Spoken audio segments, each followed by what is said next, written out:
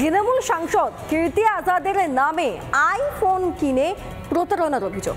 কাদের বিরুদ্ধে প্রতারণার অভিযোগ? এক তৃণমূল নেতা এবং তার ছেলের বিরুদ্ধে। যদি ইতিমধ্যে দুজনকে গ্রেফতার করা হয়েছে, তবে এই ঘটনায় জোর শোরগোল দুর্গাপুরে।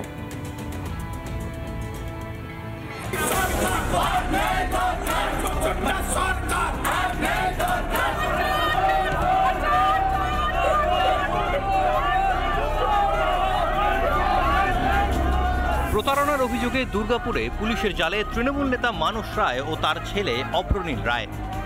বুধবার তাদের আদালতে তোলার সময় বিজেপির তুমুল বিক্ষোভ।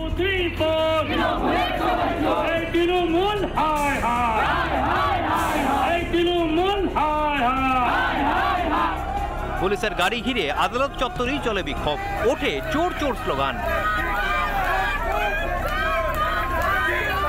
দুর্গাপুরের সাংসদ কীর্তি আজাদ না, তিনি তৃণমূলের বিভিন্ন প্রভাবশালী নেতার নাম করে কারো কাছ থেকে তিনি আইফোন, কারো কাছ থেকে তিনি গাড়ি, তার যে কর্মকাণ্ড সারা দুর্গাপুর জুড়ে বিস্তৃত।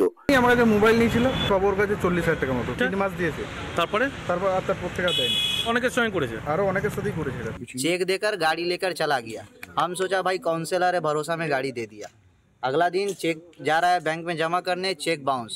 फिर इसका घर गया, दूसरा चेक दिया, दूसरा चेक भी बाउंस। কোনো রকম পলিটিক্যাল লিংক নেই। আমি আপনাদেরকে সবাইকে এটা বলে দিই, এটা পিওরলি একটা ক্রিমিনাল ম্যাটার আছে। ওই ক্রিমিনাল ম্যাটারে দুজন অ্যারেস্ট হয়েছে, তাদের কিন্তু কোনো রকম কোনো পলিটিক্যাল লিংক নেই। প্রতারণার অভিযোগে তৃণমূল নেতা গ্রেফতার, অথচ পুলিশ বলছে ধৃতদের কোনো রাজনৈতিক যোগই নাকি নেই। এ নিয়েই আক্রমণ শানিয়েছে বিরোধীরা। ডিসির বক্তব্য শুনে আজকে আমরা খুব আতঙ্কিত। ডিসি বক্তব্য দিচ্ছেন না পশ্চিম বর্ধমান জেলা তৃণমূল কংগ্রেসের সভাপতি বক্তব্য দিচ্ছেন, এটা আজকে বোঝা যায়। পুলিশের যে ভূমিকা সেইটা হচ্ছে এখানে আরো বেশি নিন্দনীয়। একজন প্রাক্তন কাউন্সিলর তিনি গ্রেপ্তার হয়েছেন, পুলিশ তার পলিটিক্যাল পদ আছে কিনা দেখে। অন্যদিকে পিঠ বাঁচাতে সাফাই দিতে আসরে নেমেছে তৃণমূল।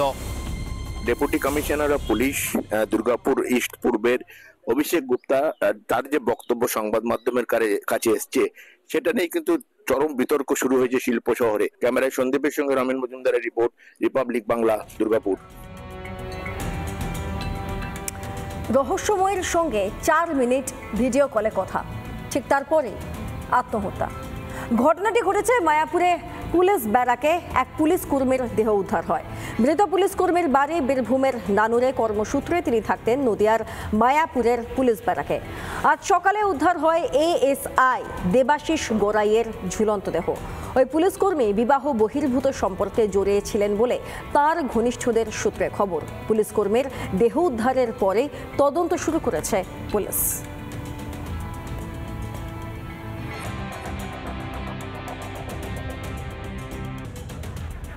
24 থেকে এখানের মধ্যে পোস্টেড ছিল। মানে মাস চারেক হবে। হ্যাঁ, মাস চারেক। ওনার ওপর কি কোনো বিভাগীয় চাপ ছিল? না, এরকম এখনো পর্যন্ত কিছু সেখানের মধ্যে আছে। অস্বাভাবিক একটা মৃত্যুর মামলা রুজু করে তদন্ত করেছে। ধারের টাকায় টমেটো চাষ করেছেন, কিন্তু তারপর তো মাথায় হাত অন্নদাতাদের, আর এত দামই পাচ্ছেন না। এমনও হচ্ছে যে 10 টাকায় 15 কেজি টমেটো বিক্রি করে দিতে বাধ্য হচ্ছেন, কেউ বা গবাদি পশুকে খাওয়াচ্ছেন। পুরুলিয়ার কৃষকদের দুর্দশার ছবিটা দেখুন। সেই টমেটো চাষের জমি, যে জমিতে একেবারে লাল লাল টমেটো রয়েছে এবং এক একটা গাছে তার ফলন রয়েছে 6 থেকে 7 কেজি, অথচ সেই টমেটোর দাম নেই। এখন একেবারে সমস্যায় পড়েছে চাষ করে প্রান্তিক এলাকার চাষিরা। কোথাও বা গরু ছাগলকে এই টমেটো খাওয়ানো হচ্ছে, কোথাও ফেলে দেওয়া হচ্ছে, কোথাও দেখা যাচ্ছে যে এমনিভাবে ক্ষেতের পর ক্ষেত লাল টমেটো কিন্তু রয়েছে এবং সেই টমেটো বিক্রি করার আশায় কিন্তু চাষিরা এখনো বুক বেঁধে রয়েছে।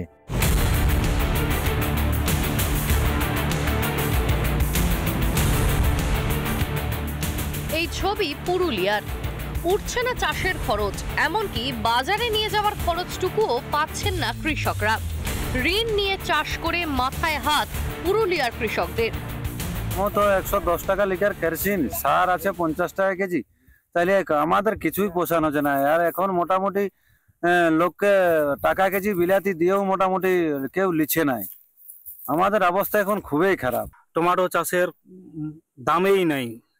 এবার বাজারে যখন সার ওষুধ কিনতে যাচ্ছি, সারও দেখবে 10-26 কিনতে যাব, তো তো তোমার হয়ে যাচ্ছে 40 টাকা কিলো। মহাজনের ঘরে যে ঋণ হয়ে গেছে যে তার কোনো সীমানা নাই। মহাজনদের টাকা মেটাতে ভিন রাজ্যে কাজে যেতে হবে বলেই মনে করছেন কৃষকরা। মাঠ থেকে হাট একই দৃশ্য, একেবারে পোলান্ডে থেকেছে এখন সবজির বাজার, আর যার কারণে ব্যাপক সমস্যায় পড়েছে যারা চাষিরা চাষ করেছে। চাষ করতে গিয়ে তাদের মাথায় হাত, এই মুহূর্তে তারা সংসার প্রতিপালন কি করে করবে সেদিকে যেমন একটা তাদের দুশ্চিন্তা ছেয়ে বেড়াচ্ছে, অন্যদিকে হাটে এসেও তারা সমস্যায় পড়েছে। তোমার 10 টাকা 5 কেজি 7 কেজি লিয়ার লোক হচ্ছেন নাই, এই হিসাব হচ্ছে। মনে হচ্ছে যে চাষ করে বেকার পড়ে গেছি। মমতা সরকার চালু করেছে কৃষক বন্ধু প্রকল্প, তারপরেও কি কৃষকদের বন্ধু হতে পেরেছে মা মাটি মানুষের সরকার? পুরুলিয়ার কৃষকদের এই দুরবস্থা সেই প্রশ্নই তুলে দিচ্ছে। কিভাবে তারা পরের বছর চাষবাস করবে, সংসার প্রতিপালন কিভাবে করবে, সেদিকে যেমন একাধিক সমস্যা রয়েছে এই চাষিদের, প্রত্যন্ত এলাকার চাষিদের, তা কিন্তু তারা জানাচ্ছে। পুরুলিয়ার একেবারে টমেটো চাষের সেই জমি থেকে অরবিন্দ মাহাতোর রিপোর্ট, রিপাবলিক বাংলা।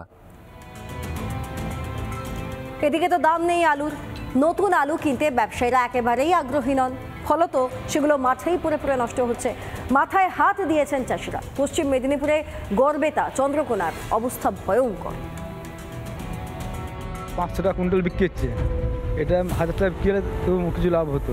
মাথাটা মাছ ঠিক আছে, লাভ হচ্ছে না লস হচ্ছে? না পুরোই লস হচ্ছে। আলু চাষ করাই যেন কাল হয়েছে। বাজার থেকে ধার দেনা করে আলু ফলিয়ে ফাপড়ে পড়েছেন চাষিরা। পশ্চিম মেদিনীপুরের গড়বেতা চন্দ্রকোনা কৃষকদের দাবি, বিঘা পিছু আলু চাষ করতে খরচ হয়েছে 30 থেকে 35 হাজার টাকা। নতুন পোখরাজ আলুর দাম 500 টাকা কুইন্টাল, আর এক বস্তা আলুর দাম 240 থেকে 250 টাকা। ফলে চাষের খরচটুকু পাচ্ছেন না চাষিরা। খরচা হয়ে গেছে 30 থেকে 35 হাজার টাকা। বীজ কিনা হয়েছে 3000 টাকা বস্তা, সার 2000, জল 2000 টাকা, মুনিশ আছে, বিষ আছে। দাম নেই বলে মাঠে ডাঁই করে পড়ে রয়েছে আলু। সংসার বাঁচাতে সরকার আর ওপরওয়ালার দিকে তাকিয়ে কৃষকরা। যাতে আলুর দাম বাড়ে বা সরকার যাতে একটু ভাবে ভাবনা চিন্তা করে, সেই জন্য আমরা একটু যদি কিছুটা বাঁচে, কিছুটা আছে হয়তো আলু। কেন তলানিতে ঠেকেছে আলুর দাম? না কম দামে খুঁজছে তারা 500 টাকায় মাংছে আলু, আমরা দেবো কোথা থেকে?